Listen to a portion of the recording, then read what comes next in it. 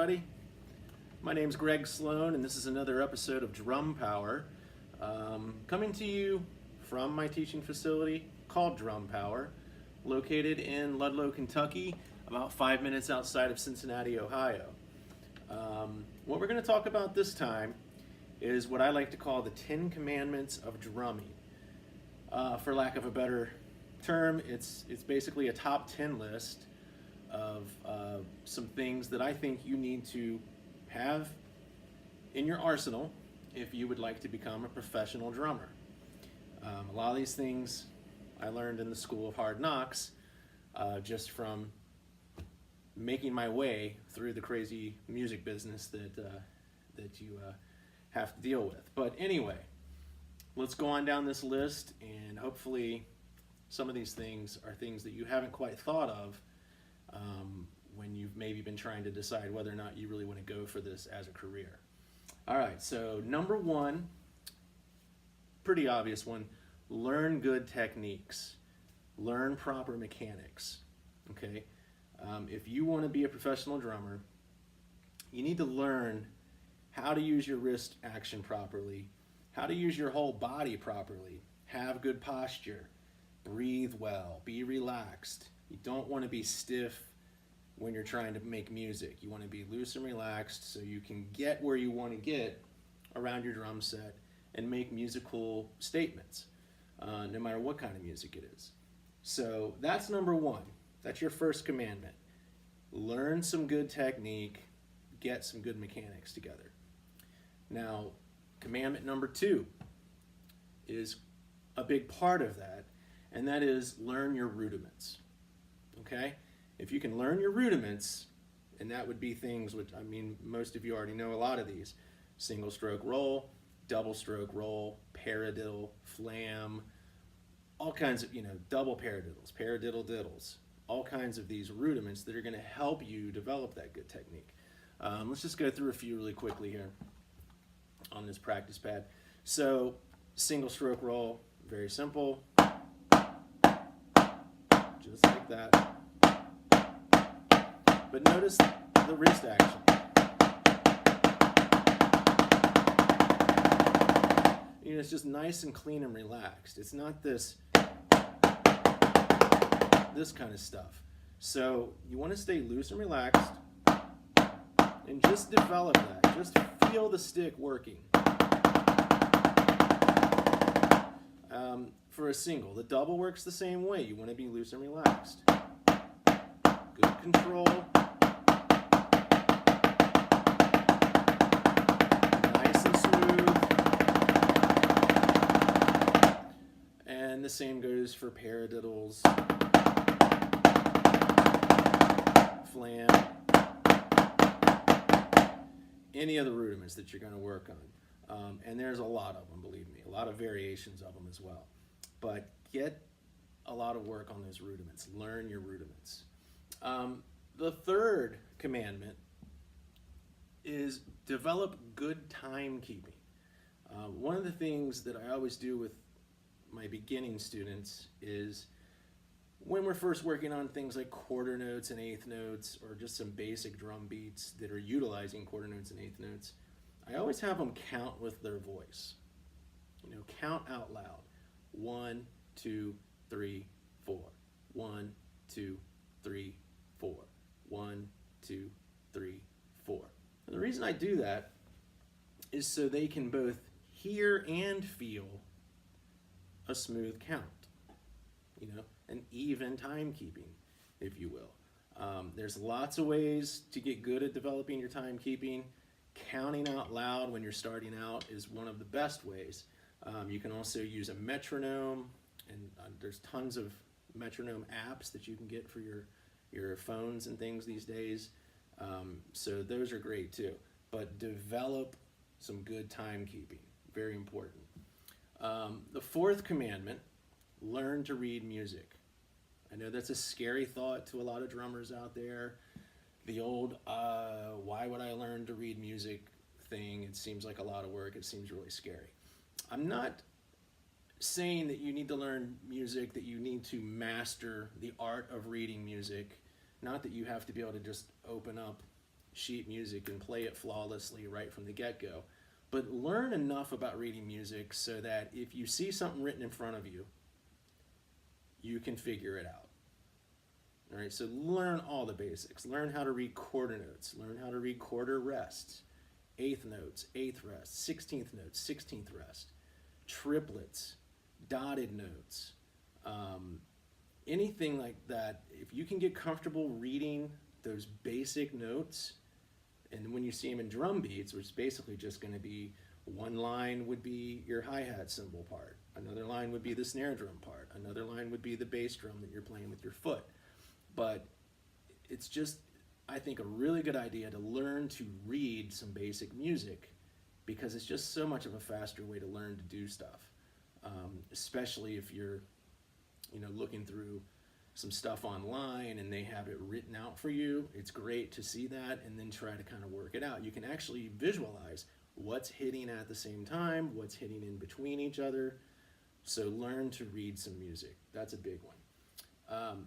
The fifth commandment and the sixth commandment, I think they both kind of work together into one thing that I like to call developing your ears. But we'll take them one at a time. So commandment 5 is play with recorded music. Okay, very important. I still think to this day that was the most important part of my development when I was a kid learning to play this instrument, is putting headphones on and listening and playing along with recorded music. Or use your earbuds these days, or whatever you guys want to do, or just crank your stereo and try to have it loud enough where you can hear it clearly so you can play along with it. But that also develops your timekeeping, of course, because you're playing along with professionally recorded music. So that's a great one. Play with recorded music and do it as often as you can. It's very easily accessible these days through YouTube and Spotify and whatever, to just find a bunch of music, put some headphones on, and play with that music. Try to do all styles as well. I know that's another one that a lot of people don't like to hear, but do it all. Play along with all, even if it's not your favorite style of music, you will get something out of it. It will develop something in your playing. Play with your favorite stuff first, of course. Develop your ear, whether it's rock music or rap or country or whatever. But, play with some reggae stuff. Play with some jazz music. Play with some funk. Play with some Latin. Just try to hear these things and play along with them. Very important, play with recorded music. So that takes us to the sixth commandment, which is related to that. And that, I think, is unbelievably important, especially if you want to do this for a living one day, is play with live musicians. Okay? Play with other musicians. I don't care how long you've been playing. There's another musician in your neighborhood or at your school or at your job that is around the same level you are. Maybe they're beginning, maybe they've been playing a little bit longer, but you can find people to play with, to play and make music with. I think it's very important to do that. So find people that at least have, relatively your same kind of interest in the music that you want to do, and just try to put something together and make some music with them. Very important. Okay, this next one. This is one I think most people have not thought of, but I know it's been real important in my career. Learn, if you can, give it a shot. Learn to sing. That's right, I said it. Learn to sing. If you have vocal ability, if you can sing, as well as you're already a good player, that is going to open up so many doors for you. I can't tell you how many auditions I've gone into, and the reason that put me over the top and got me the job was because I can sing. I can sing lead vocals, I can sing backing vocals. And if you have that ability, if you can take the time and effort that it takes to develop that ability, you will be so much more in demand. And if you think about it, it just makes so much sense. If you went into an audition and the guy before you or the girl before you played just as well as you did, but not really better than you. They just played as well as you did, and you came in and you did just as well. But then you also can sing, and that person cannot sing. Who do you think is going to get the gig? So I think it's a very overlooked, very important skill for professional drummers. The ones that can sing are usually staying pretty busy. Okay, so that's very important. Commandment number 8.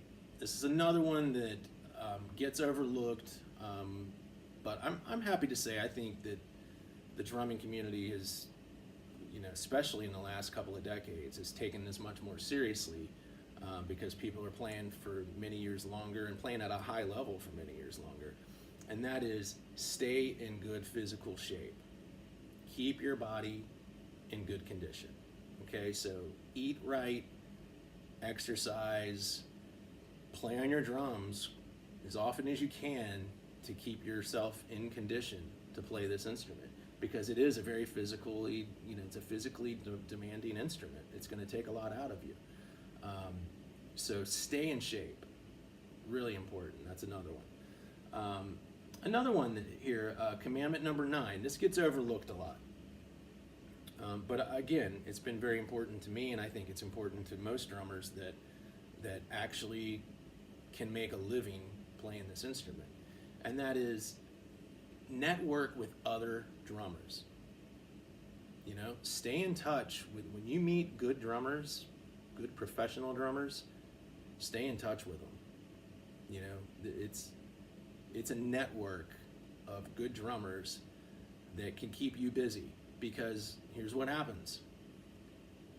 Say you've met this drummer, his name's John, he's a great drummer, and John is playing in a band, and he's keeping busy, and he's making a good living, and he gets a call from another artist that wants to hire him, but he can't do it because he's too busy doing his other thing. You want to be one of his friends in his network, one of his drummer buddies that he knows is good enough for the gig, he knows can bring everything to the table, because he has a reputation as well. He doesn't want to recommend somebody that's not going to be good enough for that gig. So network with drummers, and in that case, John may say, hey, I know somebody that would be perfect for your gig. And you may get a call. If you get that call, you can thank John for that, right? You can thank your ability to network for that. So that's a really important one. And the last one, 10th commandment, and this one again, it can get overlooked very easily, but it's so important. And you can ask anybody that you come in contact with, if you have this, you have a chance. And that is, always have a positive attitude. Always be a professional. Always show up on time. Always show up ready to practice, ready to audition, ready to record, ready to perform live. Whatever it is you're being asked to do on that given day, show up ready. Show up positive. You're ready to go. You're excited to be there. Have a positive attitude. So I can tell you, the drummers that stay busy in this business are the drummers that, 1, they play great, 2, they look great, they can sing, a lot of them, 3, they have a positive attitude. They're easy to get along with. They're the kind of people you don't mind being on the road with, being on a tour bus with, being in hotels with. If you have a good positive attitude and people genuinely like you and they like to be around you, you have a good chance to make it in this business. As long as you're doing all these other things we talked about and you have that positive attitude, you have a really good shot at it. So anyway, that's my 10 commandments. A lot of those I learned after the fact, some of these things that I was like, wow, I wish I would have thought about that when I went into that audition or whatever it was. So again, if you have all these things on your mind as you're developing yourself on this instrument, you have a good shot, I think, to make it as a professional drummer. All right, I'll see you guys next time. Thanks for checking in.